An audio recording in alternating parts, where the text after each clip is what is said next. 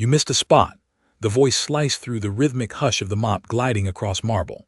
Mara didn't flinch. Her motion, a perfect figure eight that left a damp, shimmering trail, came to a graceful stop. She didn't turn her head, not immediately. Instead, she watched the reflection of the boy in the gleaming floor. Carter.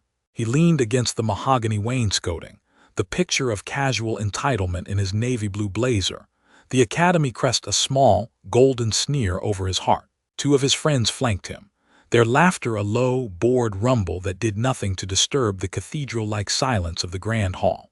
The spot in question was a tiny, almost invisible smudge near the baseboard, a faint ghost of a scuff mark that only a hawk or a person paid to see imperfections would ever notice. For a moment, the entire world seemed to hold its breath, contained within that single, insignificant flaw. The air smelled of lemon polish, old books, and the faint, crisp scent of the autumn morning pouring through the Palladian windows. This was the Ashton Preparatory Academy, a place where surfaces were everything. Slowly, deliberately, Mara straightened her back.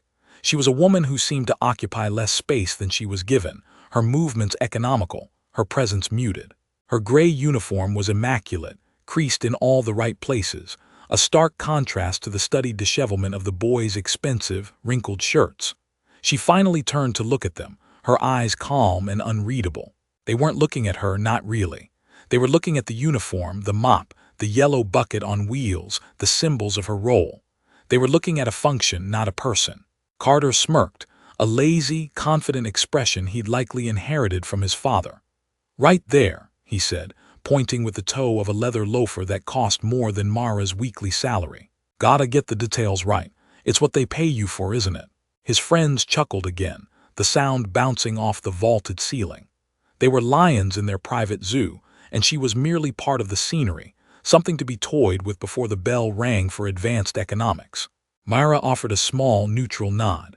She wheeled her cart, the quiet squeak of its wheels the only sound of protest. The boys expected her to bend, to spray, to wipe away the smudge and, by extension, their casual contempt. They watched, waiting for the familiar pantomime of service they'd witnessed their entire lives. But she didn't stop at the smudge. She knelt a foot away from it, her knees barely making a sound on the cold floor. She reached out a gloved hand, her fingers long and steady. Instead of a cloth, she pressed down on the edge of the marble tile next to the one Carter had indicated. There was a subtle give, a minute shift that no one would ever notice unless they were looking for it, unless they already knew it was there. "What's she doing?" one of the friends whispered, his amusement curdling into confusion. Mara pressed again, this time with more focused pressure. The tile rocked, just barely on its seating. From the hairline fracture along its edge, a faint, almost imperceptible smell wafted up, acrid and unnatural, the scent of a secret kept underground. A gas leak. Small, slow, but undeniably present. It was the kind of problem that doesn't announce itself with a bang, but with a slow, creeping sickness, with headaches and dizzy spells that would be dismissed as exam stress or teenage malaise. It was a disaster in waiting, hidden beneath a perfect, polished surface. She looked up, her gaze finally meeting Carter's. Her voice, when it came, was low and even, devoid of anger or triumph. It was a simple statement of fact. "I didn't miss," she said. "I waited." The three boys stared, their smug expressions faltering. They didn't understand. The concept that her inaction was a deliberate, diagnostic choice was as foreign to them as a language from a dead civilization. A janitor with a strategy. The idea was absurd. It didn't compute. Carter's face cycled through a brief flicker of confusion before settling back into the comfortable mask of disdain. A lucky guess, perhaps, or maybe she was just crazy. "Whatever," he muttered, pushing himself off the wall. "Just clean it up." He and his friends ambled away, their conversation quickly shifting to a weekend party, their laughter once again filling the hall. The moment was over. The danger she had unveiled was forgotten, dismissed as easily as the smudge on the floor. Mara watched them go, their retreating backs reflected in the polish. To be right and yet to remain invisible.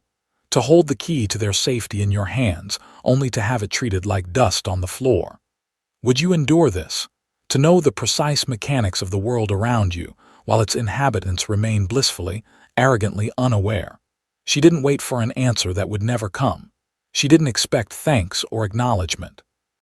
From a small, meticulously organized compartment on her cleaning cart, she produced a roll of yellow caution tape and a marker. With neat, block letters, she wrote, "Structural instability, do not step reported." She placed the tile back in its position and laid the tape over it in a neat X. Her work was not about recognition. It was about the system itself. She was a quiet cog in a great, gilded machine, but she was the only one who seemed to notice when a gear was about to break. Finishing the task, she stood, took the handle of her cart, and continued down the hall, the rhythmic swoosh of her mop resuming its steady, patient work. Her presence faded back into the architecture, leaving behind only the scent of lemon and a small, stark warning that the foundation of the great hall was not as solid as it appeared. Section 2. M2. Public misjudgment escalates, and the symbolic cart, the incident with the gas leak, faded into the Academy's memory as quickly as it had occurred. A maintenance crew arrived, the tile was replaced, and a memo about routine system checks was circulated to placate the few parents who had heard a whisper of the event. For Mara, nothing changed. Or rather, everything stayed the same, which was its own kind of damnation. Her warning had been heeded, but her existence remained unacknowledged. The misjudgment simply found new, more insidious forms. Her days were a study in quiet observation. She saw the stress fractures in the plaster near the gymnasium, the subtle warping of the floorboards in the library from a slow, undiscovered leak. She noticed everything, because her survival had always depended on seeing the world more clearly than those who moved through it with ease. This institutional awareness was a language she had mastered, a skill honed not in a classroom, but in boardrooms and loading docks of a past life she never spoke of. Here at Ashton, that skill was just cleaning. Her cleaning cart was her sanctuary, her mobile office. To the casual observer, it was a chaotic jumble of bottles, rags, and tools. But to Mara, it was a perfectly organized system. Every spray bottle was labeled in her neat block handwriting, the nozzles turned to the exact same angle.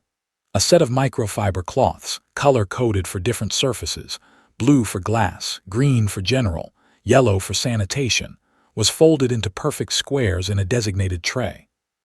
A small, built-in toolkit contained not just wrenches and screwdrivers, but a multi-tool, a pocket level, and a set of Allen keys. She had even laminated a set of the building's floor plans and electrical diagrams, tucked neatly into a side pocket.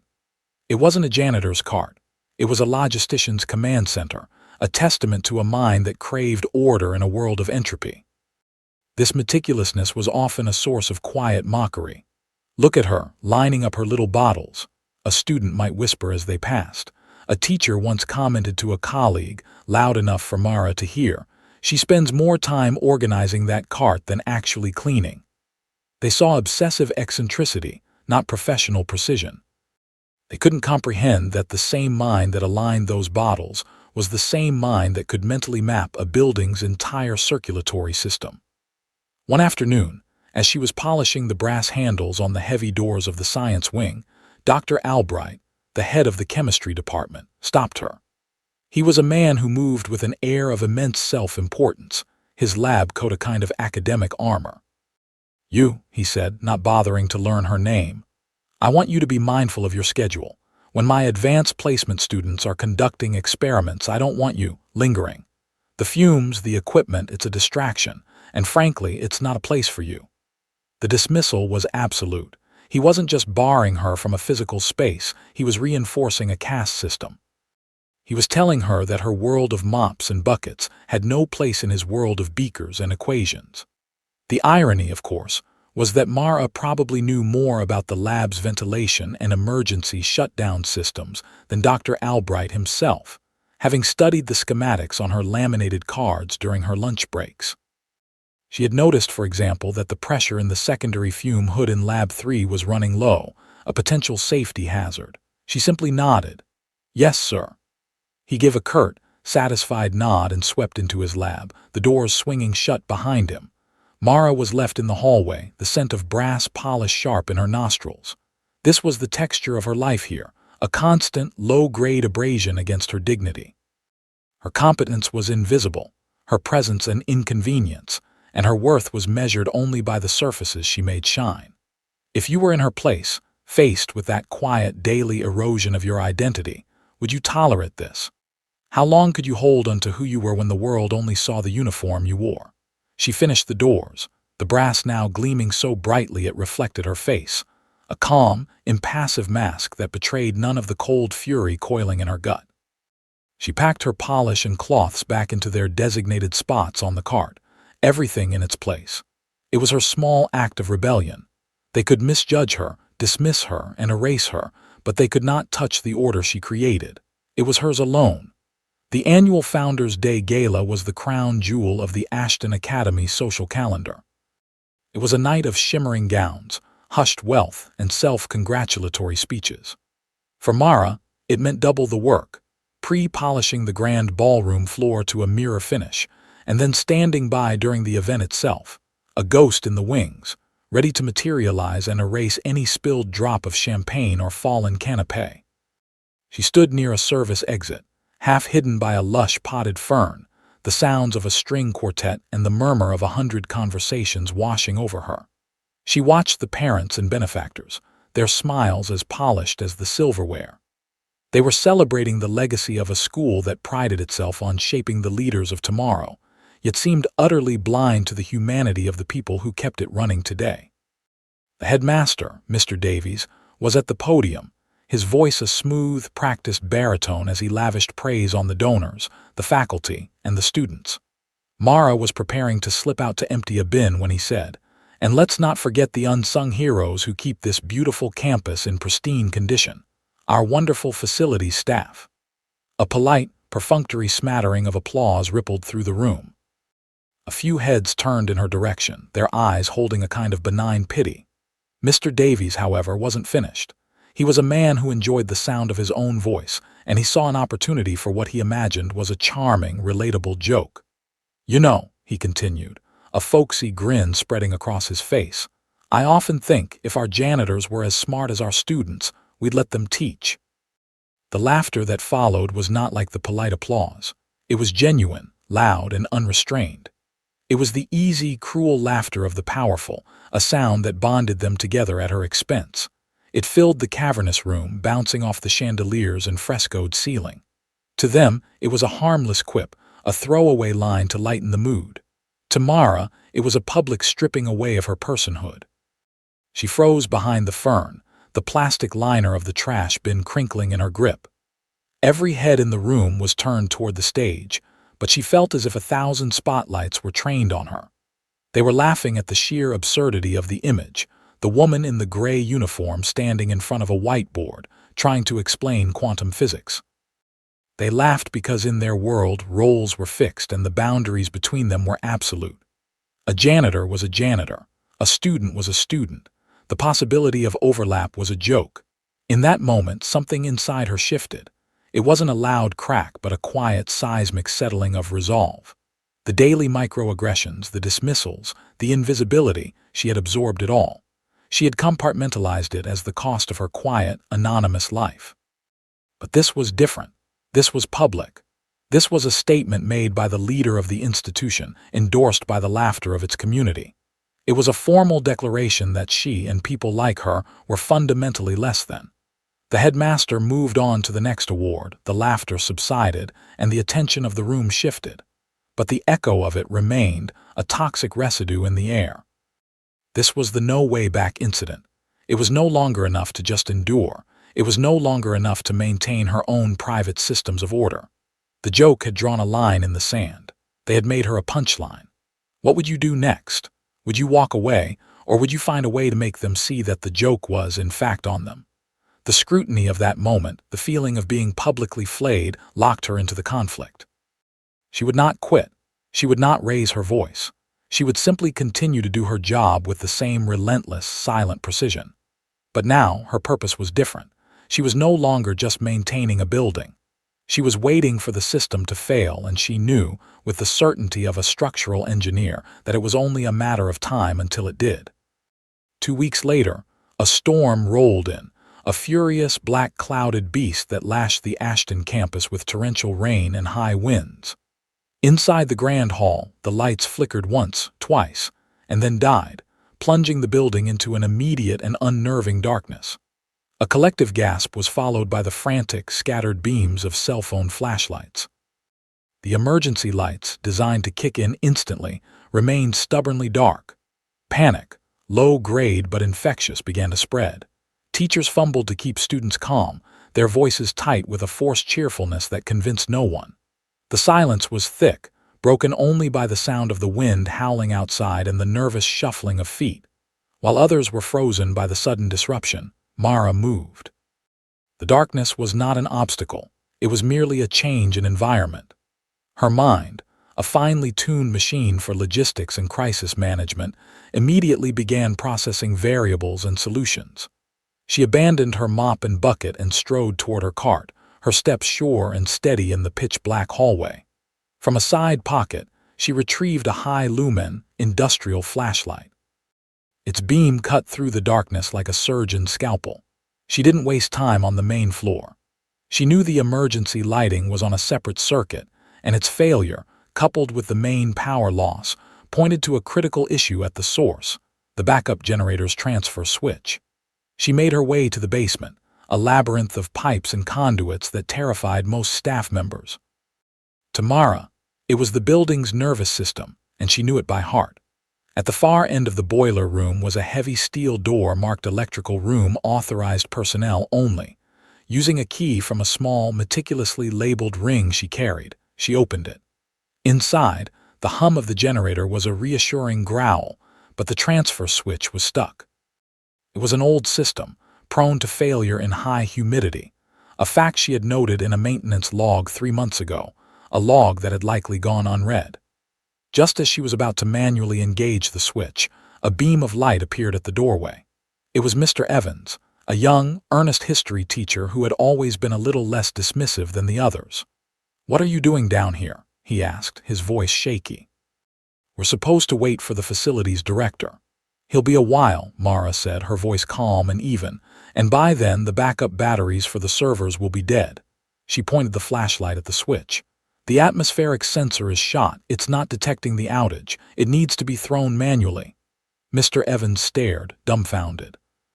He saw the complex panel of wires and switches, and he saw the janitor, a woman he'd only ever seen with a mop, about to perform what looked like open-heart surgery on the building's power grid. Did you catch what she just did? She hadn't just identified a problem. She diagnosed its root cause with a vocabulary he didn't possess. Before he could protest, Mara put on a pair of thick, insulated gloves from her cart, which she had wheeled all the way down with her. With a firm, practiced motion, she grabbed the large lever of the transfer switch and threw it into position. There was a loud, satisfying thud, and a moment later, the emergency lights flickered to life throughout the building, casting the basement in a pale, sterile glow. A cheer went up from the floors above. The immediate crisis was over. Mr. Evans looked at her, his expression a mixture of awe and confusion. "How did you know how to do that?" Mara was already packing her tools away. "I read the manual," she said simply. The small win, however, was immediately erased. 20 minutes later, the facility's director, Mr. Henderson, arrived flustered and rain-soaked. He saw the engaged switch, heard the story from an excited Mr. Evans, and grunted. "Good, good," he said, clapping Mr. Evans on the shoulder. "Quick thinking, son. Good to see our teachers taking initiative." He walked right past Mara as if she were a fuse box on the wall. The credit was given, the narrative was set, and she was once again rendered invisible. Her competence had saved the school from a prolonged and potentially dangerous outage, but the system had no category for a hero in a janitor's uniform. It simply registered an anomaly and corrected it, smoothing her contribution out of the official story. The power outage had left a few lingering gremlins in the academy's old infrastructure. The most significant was the main elevator, a grand, wood-paneled cage of a lift that had become temperamental. A few days after the storm, it shuddered to a halt between the second and third floors, trapping one of the school's youngest students, a shy, anxious first grader named Leo, inside. His cries, thin and terrified, echoed in the elevator shaft. A small crowd of teachers and staff gathered, their faces etched with worry. The facility's director, Mr. Henderson, was called, but he was off campus. Someone tried to pry the doors open with a crowbar, succeeding only in making a horrible scraping noise that frightened the boy even more. Mara arrived, pushing her cart. She didn't join the panicked huddle around the doors. Instead, she stood back, her eyes scanning the situation. She saw the futile prying, heard the well-meaning but useless shouts of "It's okay, Leo."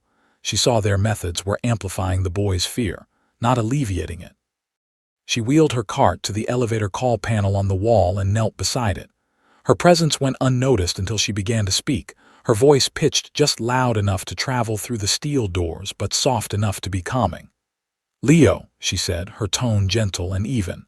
"My name is Mara. I'm right here on the other side of the door. Can you hear me?"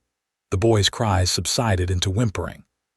A small, shaky yes came from inside. "Good," Mara said. "I'm going to get you out. I just need you to do one thing for me. I need you to go to the back of the elevator and sit down on the floor. Can you do that for me?" There was a pause, then the sound of shuffling. "Okay," he whispered.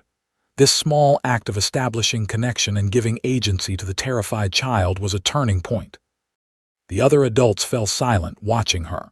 If you were there, would you step closer or stay silent? Most had tried to solve the mechanical problem. Mara was solving the human one first. With the child safely at the back of the car, she turned her attention to the machinery. From her cart, she retrieved the laminated diagrams and a specific set of keys. She wasn't guessing, she was working a problem. She unlocked the maintenance panel beside the main doors, revealing a complex array of switches and wires. The other staff members looked at the panel as if it were an alien script. Mara read it like a book. "The brakes have seized," she said quietly to Mr. Evans, the history teacher who had appeared by her side. "The power surge must have fried the release solenoid. We need to bypass it." Her hands moved with a surgeon's precision. She didn't force anything. She used a small, insulated screwdriver to trip a specific relay switch while simultaneously turning a manual release key. It was a two-handed, counterintuitive procedure that one could only know from studying the system's design. There was a soft click, then a low hum. The elevator gave a slight jolt and then, slowly, the doors slid open. Leo was huddled at the back, his face streaked with tears. He looked past the anxious faces of his teachers and his eyes landed on Mara, still kneeling by the panel. He scrambled out and, without a word, ran to her and wrapped his small arms around her neck. It was an embrace of pure, desperate gratitude. For a few seconds, Mara was no longer the janitor. She was a rescuer. She held the small, trembling boy, her hand patting his back gently. The bond was forged in a moment of shared crisis, a quiet understanding passing between the boy who felt unseen in his fear and the woman who was unseen in her competence. This moment created a moral obligation. Her skills were not just for fixing broken things, they were for protecting vulnerable people. And that was a responsibility she would not, and could not, abandon. The story of the janitor who fixed the elevator became a minor legend among the students and a few of the more observant teachers. For Leo, Mara became a silent guardian. He would seek her out in the hallways, not to talk, but just to give her a small, shy wave, a flicker of acknowledgement that she was seen. But in the administrative offices, Mara's growing reputation was not a source of admiration. It was a source of suspicion. Her competence had become a problem. It didn't fit the narrative. It was an anomaly that the rigid, hierarchical system of the academy could not process. The vice principal, Mr. Wallace, was a man for whom the world was a collection of neat boxes. A janitor belonged in the unskilled labor box. A hero belonged in the faculty or decorated alumni box. Mara was refusing to stay in her box, and it made him deeply uncomfortable. He began to see her not as an asset, but as a threat. Her efficiency was no longer helpful, it was unnerving. How did she know about the generator? How did she know about the elevator's release solenoid? He couldn't accept the simple answer that she was intelligent, observant, and diligent. His bias required a more sinister explanation. The trap was being laid, its jaws constructed from rumor and suspicion. Wallace started by pulling her employment file. It was sparse. No college degrees listed, no special certifications. Her previous job was listed as logistics coordinator for a company that had since gone bankrupt, a detail that, to Wallace, sounded vague and possibly fabricated. To a man like him, a lack of conventional credentials was not a sign of a complicated life story. It was a sign of deceit. He started speaking about her in hushed tones to the headmaster and the facility's director. "It's a security risk," he'd say, his voice laced with manufactured concern. "This woman has an encyclopedic knowledge of our facility's weaknesses. The power grid, the access points, the emergency systems, and we know nothing about her. For all we know, she could be casing the place." The idea was absurd, but it was potent. It preyed on the latent classism and prejudice of the institution. It was easier for them to believe she was a potential criminal than to believe she was a brilliant woman in a menial job. Have you ever seen a rule used like a weapon? Or in this case, a lack of rules. Her undocumented, uncertified excellence became the very tool used to build a case against her. Wallace began to watch her on the security cameras, compiling a mental dossier of her movements. He noted how she would pause to inspect a fire extinguisher or run her hand along a section of wall, checking for water damage. What he was seeing was preventative maintenance, the highest form of care. What he chose to see was suspicious surveillance. The trap was identified not by Mara, but by the system itself. She was too good at her job, too knowledgeable for her station, and therefore she had to be a risk. The choice was being framed for her, though she didn't know it yet. She could either shrink, make herself smaller and less competent to fit their expectations, or she could continue to be who she was and risk the consequences. For Mara, that was no choice at all. She continued her work, unaware that the system she was so diligently protecting was preparing to devour her.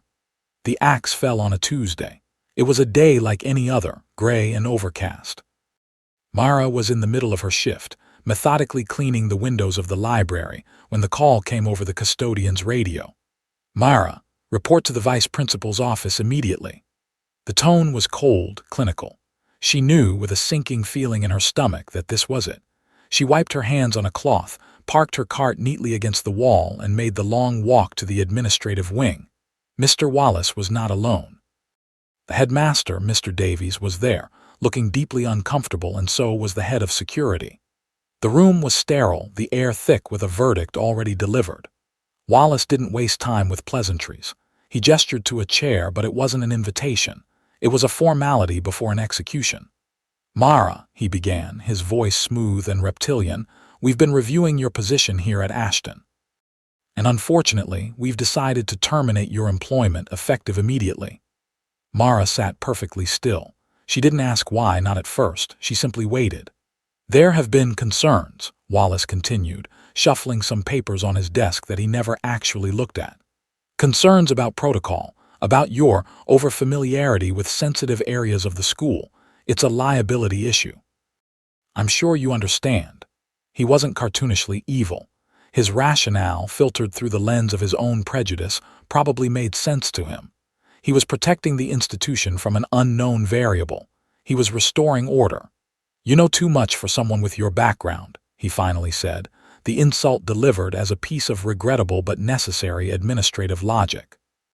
That was the heart of it, her background. The blank spaces in her file were more damning than any actual transgression. What would you sacrifice to stay true to yourself when the world demands you shrink to fit its expectations? The door to her world at Ashton was closing. The few allies she had, like the young teacher Mr. Evans, were powerless. The institution was a monolith, and it was turning against her. She was being punished not for a mistake, but for her excellence. "Your final paycheck is here," Wallace said, pushing an envelope across the desk. "Security will escort you to your locker and then off the premises." The finality of it was brutal. The two security guards, men she had shared coffee with in the early morning hours, stood by the door, their faces impassive, refusing to meet her eyes. They were just doing their jobs. She was led through the halls she knew so intimately, every scuff and creak of them. Students passed by, barely glancing at the quiet procession.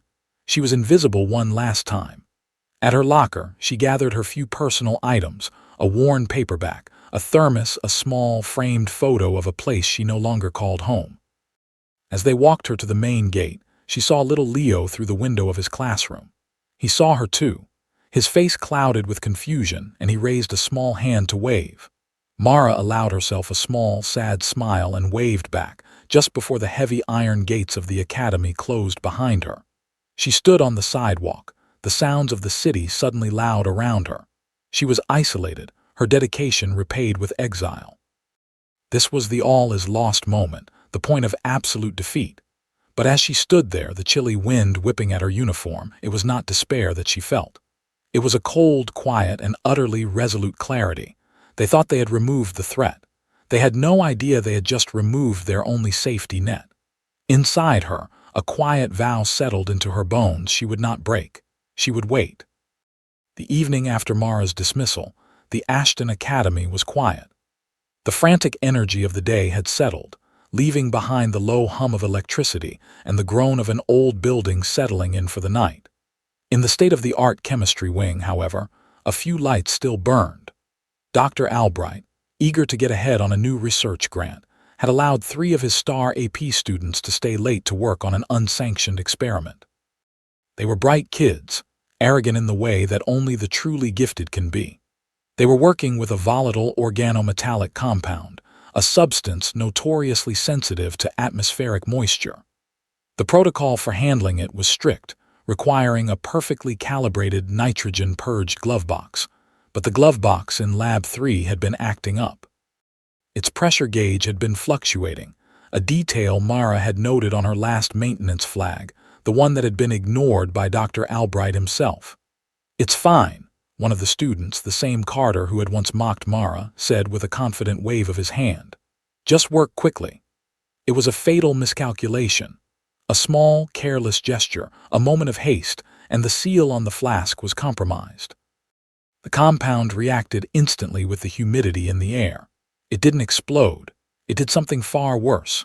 It flash decomposed into a dense, corrosive gas that smelled of ozone and burning plastic.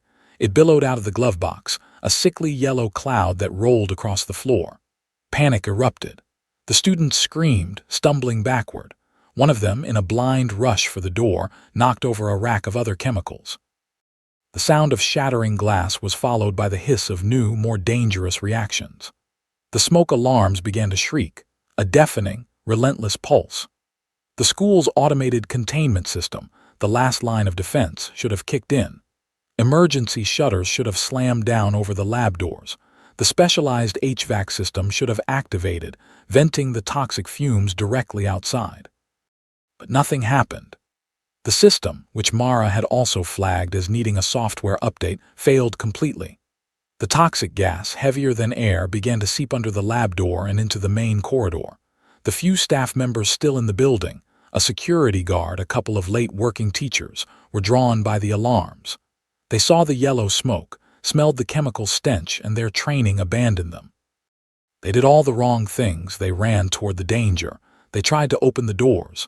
They pulled the general fire alarm, which only served to engage the building-wide air circulation, threatening to spread the poison through the entire wing. The crisis was escalating exponentially, a chain reaction of human error and systemic failure. The section ends here, at the peak of the chaos, with the chilling realization that every safety measure, every protocol, every automated defense the Academy had relied on had failed. The systems Mara had quietly monitored were now collapsing, and the one person who knew how to intervene was gone. Mara was 2 blocks away, walking towards the bus stop when the first sirens began to wail. She paused, her head tilting, instinctively triangulating the sound. It was coming from the direction of the Academy. More sirens joined the chorus, a frantic, rising crescendo that spoke of a crisis far beyond a simple fire. She saw the distant, pulsing flash of emergency lights painting the night sky red and blue. She could have kept walking. She could have gotten on the bus and left Ashton Academy and its arrogant inhabitants to their fate. It was what they deserved. But that wasn't who she was. Her sense of duty, a force more powerful than any grudge, took over. She turned and began to walk back, her pace quickening to a jog. She didn't go to the front gates, where a chaotic scene of fire trucks and panicked onlookers was unfolding. She slipped around to the back of the campus, to a small, unmarked service entrance near the boiler room, a door whose lock she knew had a tendency to stick unless you jiggled the key just right. She was inside in seconds. The air in the hallways was already acrid. She pulled the collar of her shirt over her nose and mouth and moved with a silent, fluid purpose that bordered on preternatural. She ignored the blaring alarms and flashing strobes. While everyone else was reacting to the chaos, she was reading the building, diagnosing the failure. She went straight to the HVAC control room in the sub-basement. As she suspected, the general air handlers were engaged, actively pumping the toxic gas through the ventilation system. On the control panel, a single red light blinked, system override manual. Someone in their panic had locked it into the worst possible setting. With a few deft keystrokes, she bypassed the manual lock, a code she had memorized from the technical manuals, and initiated an emergency shutdown of the entire building circulation. The great fans whirred to a stop. The first, most critical danger, the spread, was contained. Next, the lab itself. She didn't go to the main door. She went to an adjacent janitor's closet where she knew a small, sealed panel gave access to the lab's independent ventilation controls. She opened it, manually engaging the high-powered fume hoods inside the lab. A loud hum started, and the toxic yellow gas, which had been seeping into the hallway, began to draw back into the room, pulled up and out through the dedicated roof vents. She had created a negative pressure environment, isolating the poison. It was a brilliant, elegant solution that had averted a catastrophe. Only then did she go to the hallway outside the lab, where she found the terrified students and staff huddled at the far end. She didn't shout. Her voice cut through the noise with its sheer calm. "This way," she said, directing them to a fire exit that led them away from the contaminated area and into the clean night air. The fire chief, a grizzled veteran named Captain Eva Rostova, finally made her way into the wing, her team clad in hazmat suits. She was expecting to find a disaster zone. Instead, she found a situation that was controlled. The alarms were still screaming, but the immediate chemical threat was receding. She saw the students, shaken but safe, and the yellow gas visibly pulling back into the lab. She turned to a stunned Mr. Evans, the history teacher who was helping a coughing student. "Who did this?" Rostova demanded, her voice muffled by her respirator. "Who contained the scene?" Mr. Evans looked down the long, empty corridor, then back at the fire chief. His face was a mask of dawning, incredible realization. He could only whisper, "The janitor. I think it was the janitor." The aftermath was a blur of official procedures. The hazmat team cleared the lab, the students were taken to the hospital for observation, and the academy grounds were swarmed with investigators and news vans. By dawn, the immediate danger was over, but the institutional crisis had just begun. An emergency board meeting was convened in a room that still smelled faintly of smoke and fear. Headmaster Davies was ashen-faced. Vice Principal Wallace was uncharacteristically silent, the architect of a disaster he could no longer control. And Dr. Albright, the chemistry teacher, was facing the end of his career. The hero of the story, according to the fire chief's preliminary report, was not a teacher, not a security guard, and not a first responder. It was a recently terminated janitor. The board members, titans of industry and finance, could not comprehend it. The narrative was impossible. They summoned Mara. She arrived not in her uniform, but in simple, clean clothes. She walked into the boardroom, a space of polished mahogany and oil portraits of dead founders, and the dozen powerful people arrayed around the table fell silent. This was the same room where she often vacuumed late at night, a ghost among the leather chairs. Now, she was the center of it all. Did you feel that shift? The tectonic plates of power and status grinding to a halt and then reversing course. They offered her a clumsy, heartfelt apology. They offered her job back with a raise. The headmaster, his voice heavy with sincerity, even offered her a newly created position, director of campus safety, a corner office, a handsome salary, a title. Mara listened patiently, her hands resting calmly on the table in front of her. She let the silence stretch, forcing them to sit with the consequences of their blindness. When she finally spoke, her voice was quiet, but it carried the weight of an unshakable authority. "Thank you for the offer, Mr. Davies," she said, "but I don't want a new title." She looked around the table, meeting the eyes of each board member. "A title won't fix your broken systems. A corner office won't make you listen to a maintenance flag. Another salary won't erase a culture that believes a person's worth is determined by the uniform they wear." She slid a folded piece of paper across the table. It was a list. "I don't want a promotion," she said. I want you to fund a complete overhaul of the campus safety protocols based on this document. I want you to implement a cross-training program so your security staff knows how to handle a chemical spill and your science teachers know how to operate a backup generator. I want you to create a formal, non-retaliatory system for hourly staff to report safety concerns directly to this board, bypassing administrators who might not listen. Her request was not for personal gain or for vengeance. It was for something far more radical, systemic change. It was a form of soft justice, aimed not at punishing the guilty but at protecting the innocent. What does real justice look like here? It wasn't about firing Wallace. It was about creating a system where a man like Wallace could no longer cause such harm. She stood up. I will come back to my old job, she concluded, because that is the job that needs to be respected, and I will consult on this new safety initiative. But I will not take a title that allows you to believe the problem has been solved by promoting one person. The problem is the system. Fix it. She walked out of the room, leaving a stunned and humbled board of trustees to stare at her list, a simple piece of paper that had just become the new blueprint for their future.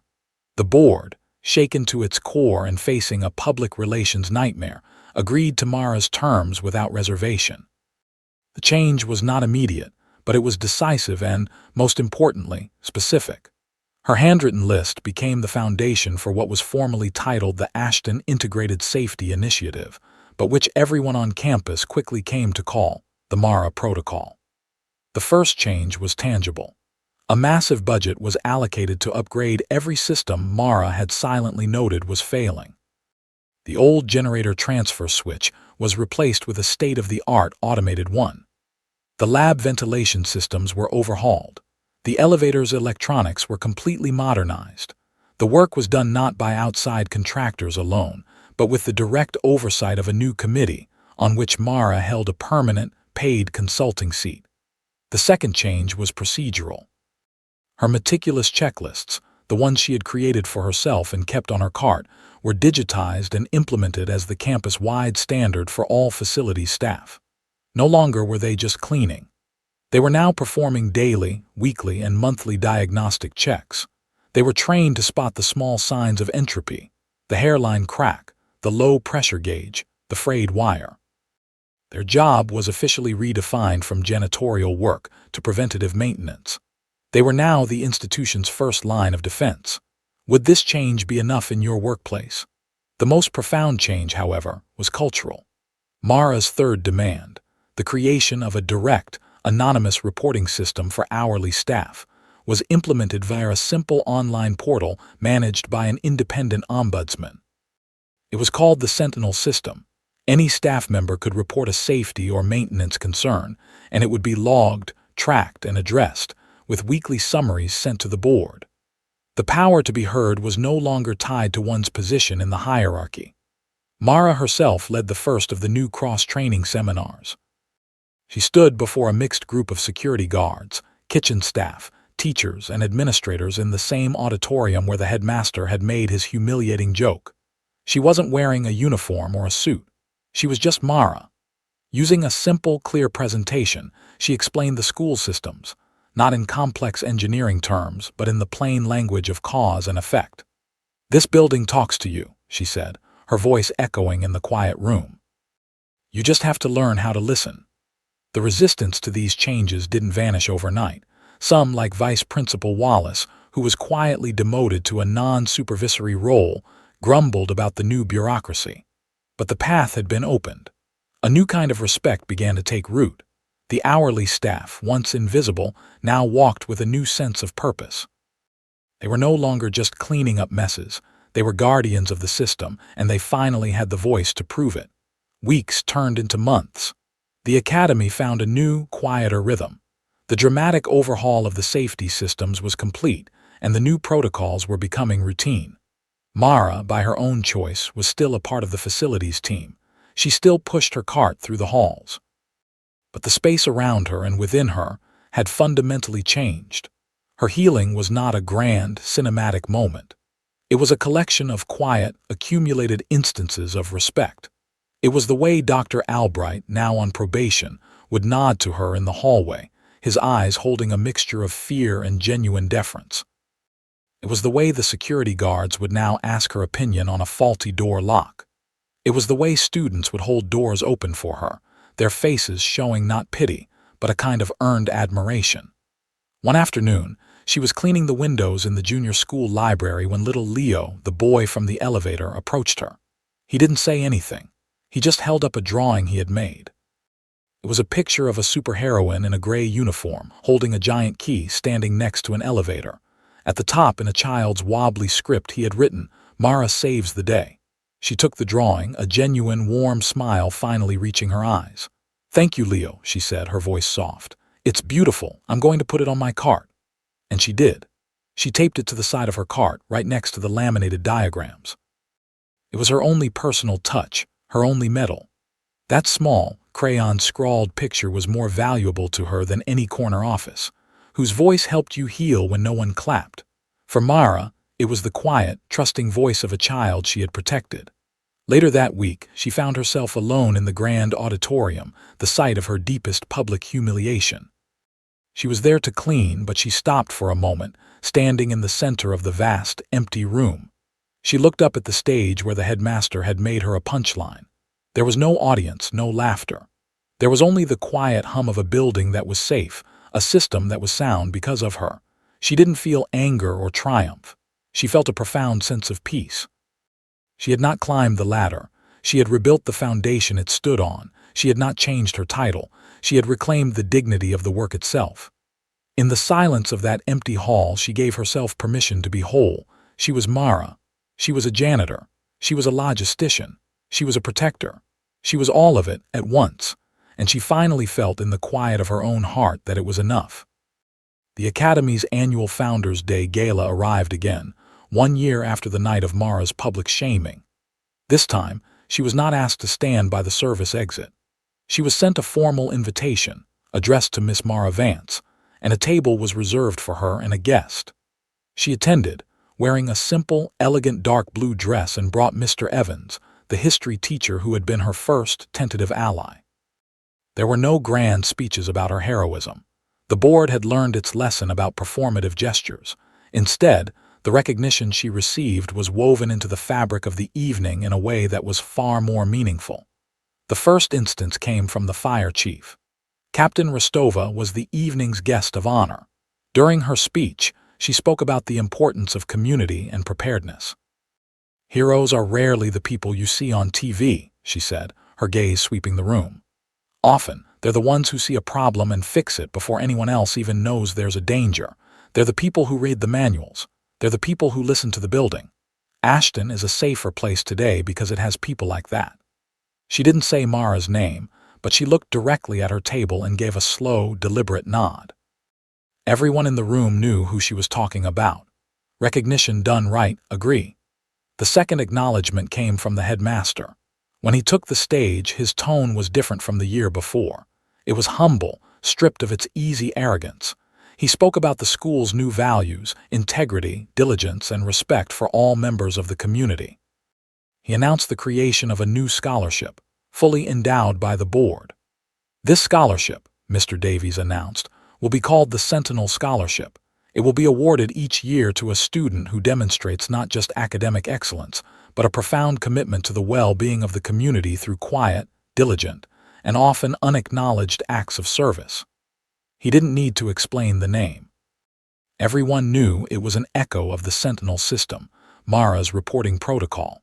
It was a way of embedding her philosophy into the very DNA of the Academy's future. It wasn't a statue or a plaque with her name on it.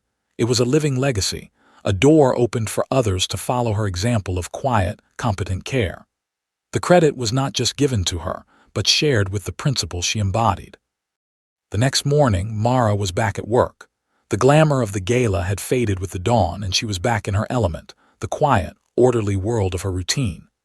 As she prepared her cart for the day, a new employee, a young man named David, was being shown the ropes by the now promoted facilities director, Mr. Henderson. They stopped by her station. "And this is Mara," Henderson said, his tone one of deep, genuine respect. "She'll be your mentor for the first few weeks. If you want to know how this place really works, you listen to her." Mara nodded a greeting to the young man. She pointed to a second cleaning cart, a brand new model waiting for him. "This will be yours," she said, "but first we set it up." What followed was not a lesson in cleaning, but a lesson in systems thinking. She didn't just hand him bottles and rags. She explained the why behind every choice. "Blue cloths for glass because they have a finer weave and leave no lint," she explained, holding one up. "Green for surfaces, yellow for sanitation. You never ever mix them. This isn't about being tidy. This is about preventing cross-contamination." She showed him how to organize the toolkit, how to check the pressure on the fire extinguishers they passed, how to read the laminated diagrams she had printed for him. She was passing on her knowledge, her system. The young man looked from his new, empty cart to her own. He saw the color-coded cloths, the neatly arranged tools, the gleaming surfaces, and he saw the small crayon drawing of the superheroine taped to the side. He pointed to it. "What's that?" Mara paused, a small smile touching her lips. "That's a reminder," she said. "It reminds me why we check the details." The cart, once a symbol of her servitude and invisibility, had been transformed. It was now a teaching tool, a mobile classroom, a testament to a legacy. It represented a system of excellence, a philosophy of care that was now being passed down. Her quiet, personal standard had become the institution's official protocol. Did the object's meaning change for you too? It was no longer just a cleaning cart. It was the heart of the operation, a symbol of a quiet readiness for whatever the day might bring. The final scene takes place a year later. The camera does not focus on Mara. It focuses on a university science fair hundreds of miles away. A young man, his face older and more thoughtful than when we last saw him, is presenting his project. It is Carter, the student who began our story with a sneer. His project, an innovative design for a self-regulating atmospheric sensor for industrial environments, has won first prize. A judge, impressed, asks him the final question of the day. What was the inspiration for this?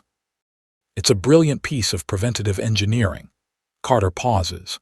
He looks down at his hands, then out at the crowd. He is no longer the arrogant boy from the grand hall.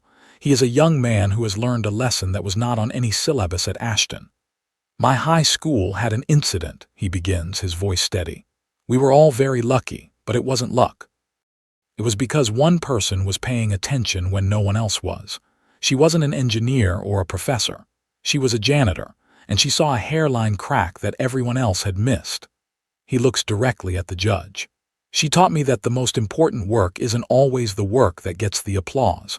It's the work that prevents the disaster. It's the quiet, daily, diligent work of seeing the world as it is and trying to make it just a little bit safer." The scene shifts one last time back to the polished halls of Ashton Academy. It is late. A new janitor, trained in the Mara protocol, is finishing his shift. He moves with a quiet efficiency. Before he leaves a room, he does a final scan, his eyes checking the window locks, the plugs in their sockets, the faint hum of the electronics. It is a habit now, a part of the culture. The final shot is of Mara's cleaning cart, parked in its designated spot for the night. It is clean, stocked, and ready. The crayon drawing of the superheroine is still taped to its side, a small, vibrant splash of color in the quiet, orderly darkness. Her legacy was not a title on a door or a name on a plaque. It was a way of seeing.